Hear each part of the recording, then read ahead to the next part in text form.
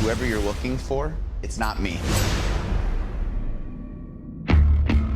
You're the Batman? He said the age of heroes would never come again. It has to.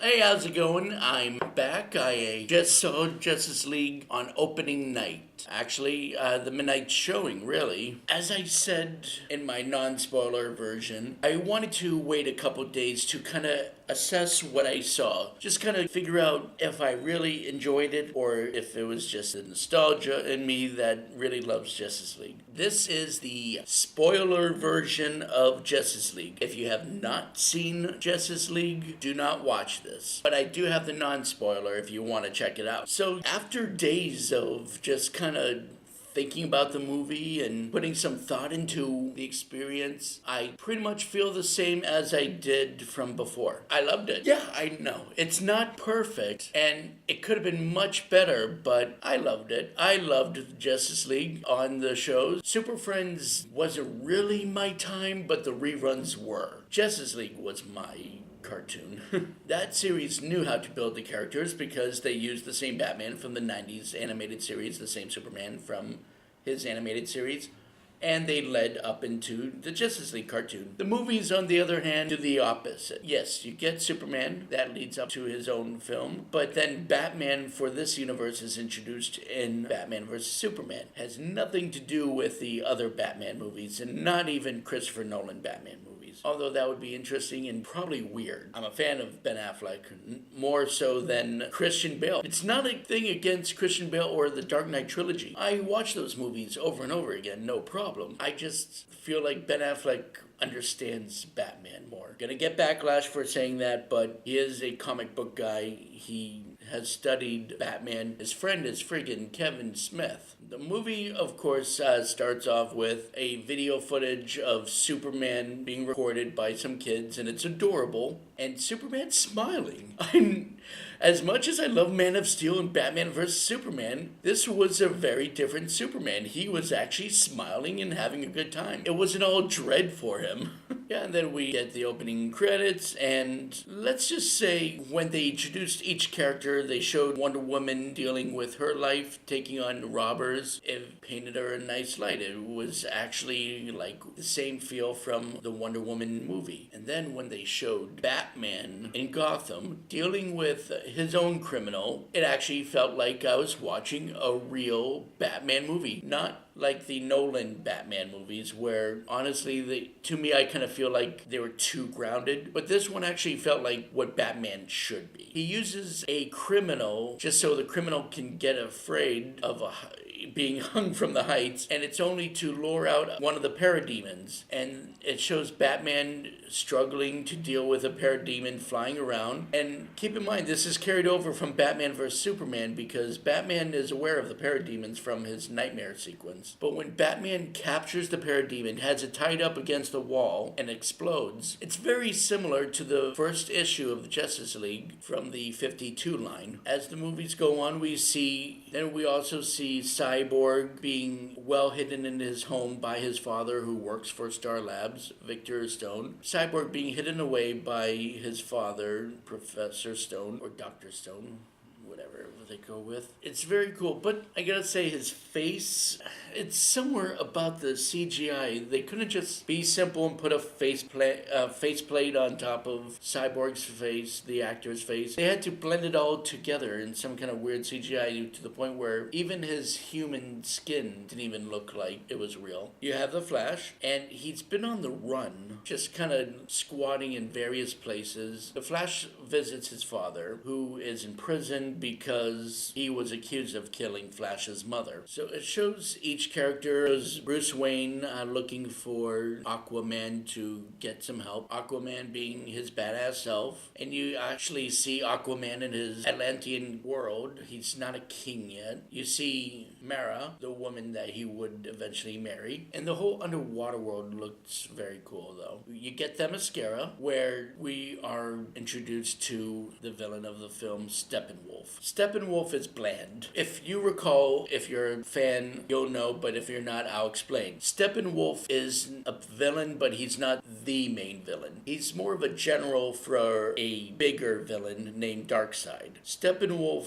just arrives on Earth through the boom tube technology, which is Portal, and he's after the mother boxes. Mother boxes that are buried all over the world. There's 3 of them. They're trying to be reunited and create a bigger portal to unleash hell on Earth. By hell, I mean make the Earth similar to Planet Apocalypse. I know where they were going with the plot on this. There's just a lot of teaming up and getting to know each other. The movie is pretty straightforward. There's no side plot or anything like that. The heroes get called into duty. Bruce Wayne is looking for all the help he can get. Some people saying no, some people saying yes, and then, you know, the routine. The ones they say no actually end up showing up anyway. There's conflict amongst the members because they're different in background. I actually like the argument that Bruce Wayne had with Diana, Wonder Woman. It even gets personal below the belt level. Bruce is actually calling her out on her feelings of Steve Trevor. Yes, a lot of stuff carry over from the other movies. Alfred,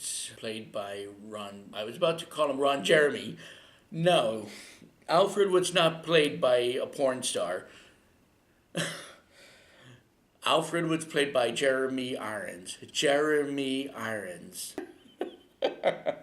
Oh my God, now I got the image of Ron Jeremy as Alfred. J.K. Simmons is a great Commissioner Gordon. You don't see too much of him, but the subtle moments of him is actually the best. Throughout the film, you do hear pieces of Danny Elfman Batman music. And when it comes down to it, you actually hear pieces of John Williams' Superman theme. And that's when they resurrect Superman. Yeah, they use a mother box and they dig up Clark Kent's body and puts him into the water, uses Flash's energy to charge the mother box, and it brings Superman back to life. And when he comes back to life, man, that's actually pretty awesome. It's very ballistic. Superman is fighting the Justice League. Why? Just because he's just not aware of where he is. He's confused and starts attacking. And my favorite, I have a couple favorite parts in this fight scene. Hilarious part. When the Flash is trying to run fast up on him, Superman, because he does have speed as well, actually stops and looks at Flash as he's about to approach. And the Flash is shocked to see this. And his,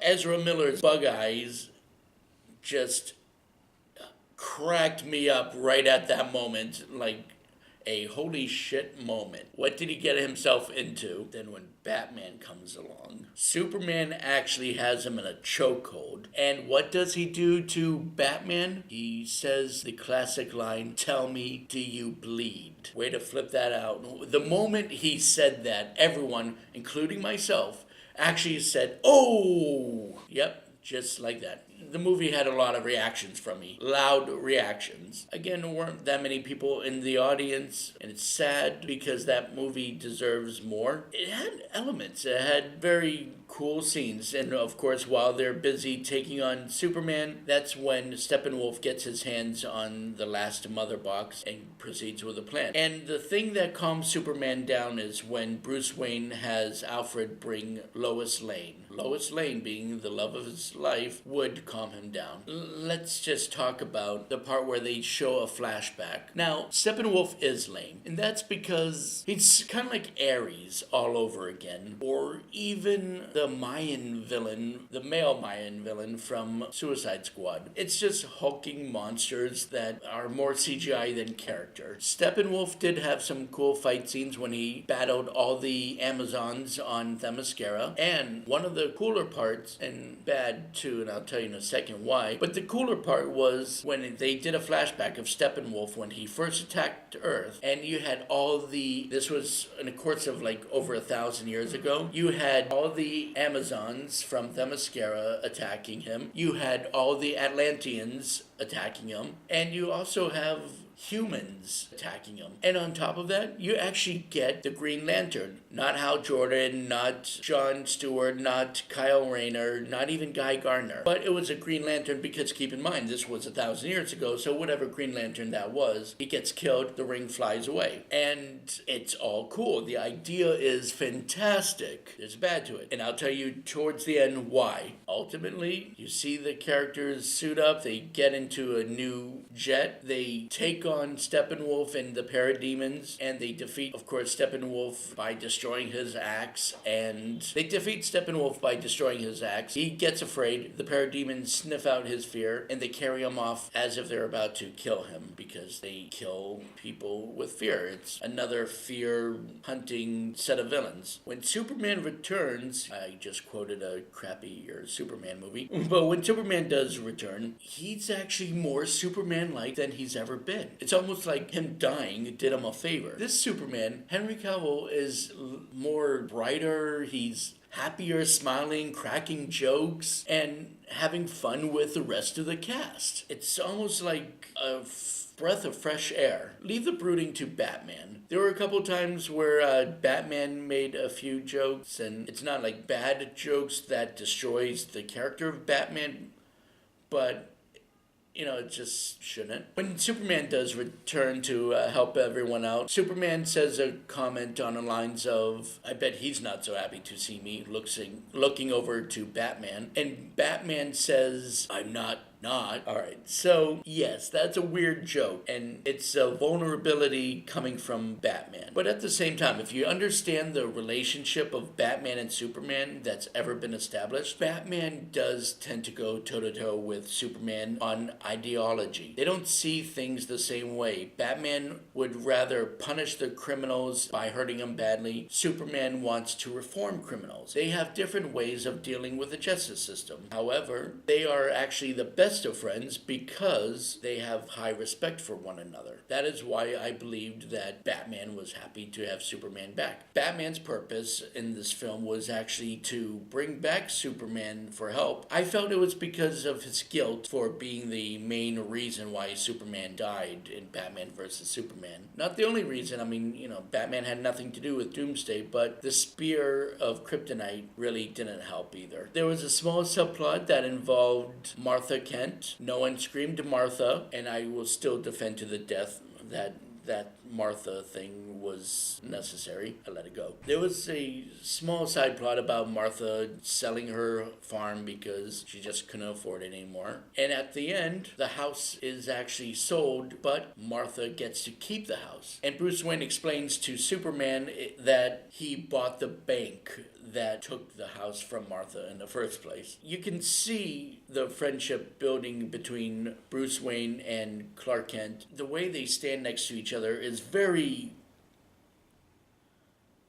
It's set up. It's set up like you could tell they're going to be lifelong friends. The bad is that this film did seem rushed. Not only far as releasing Justice League too soon, I mean production-wise. The CGI was too overly abundant. And in a lot of the fight scenes, it actually looked like a cutscene from a video game, like Injustice or Batman Arkham Asylum. Even Steppenwolf, his whole entire face, his body, looked to CGI. The whole massive fight scene I told you about that I loved didn't feel like anyone was there. It just all felt like fight scenes, it all felt like cutscenes from a video game. But that's a little nitpick that I have because I can deal with CGI. I think we've got to the point now in life where CGI has become so abundant that I'm almost jaded and it's kind of expected. But I feel like they should have waited another year before releasing Justice League, just so they could tweak on a few things. The idea of replacing Zack Snyder with Joss Whedon to put in more scenes or cut out scenes, a lot of the stuff you see in the trailers never happens in a movie. I don't know if that was a good thing or a bad thing. You could tell what parts were Zack and what parts were Joss. It had a good balance, really.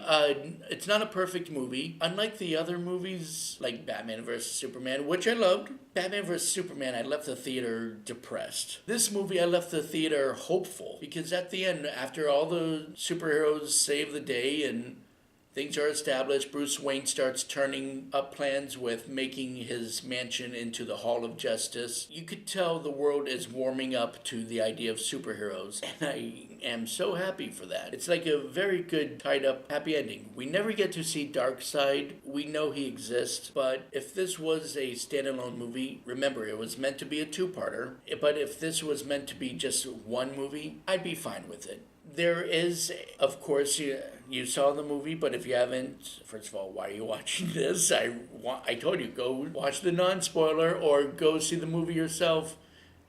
Pay for it, please. Full price. The mid-credit scene was beautiful, having Superman and the Flash about to race. That is the lighter side of DC Comics that was missing from a lot of these movies. And they go running off. You never see who wins, just like they did in the cartoon show in most any comics. The post-credit scene. All right. Yes, Jesse Eisenberg was a bit of a joke for Lex Luthor in Batman vs. Superman, but we also had Gene Hackman, and he was kind of insane too. The real shock was when everyone saw Deathstroke riding a motorboat to a yacht. And who's on the yacht? Jesse Eisenberg, bald Lex Luthor. And I really do feel this time he's more dark and sinister, like he actually grew into it after being locked up. But Jesse's business suit still had like little lines on it, like stripes. Not too obvious, but subtle. Kind of like something you'd expect from Gene Hackman. He suggests an idea where they form their own league. So, of course, we might be getting a sequel with the Legion of Doom or the Injustice Society. Who knows? When I heard they were cutting the Lex Luthor scenes, I was actually kind of upset about that. But then at the end, when they put it back in, I was relieved. So I am going to give this movie, as I said in the non-spoiler, I say it with a heavy heart, an A-. You might think that I am overhyping this because I'm a DC guy. I love Marvel, but I'm more DC. And I was very generous, too generous with Suicide Squad. But that's because I gave a review too soon. I say A- with a heavy heart because I gave Thor Ragnarok an A, which is a tad bit over A-.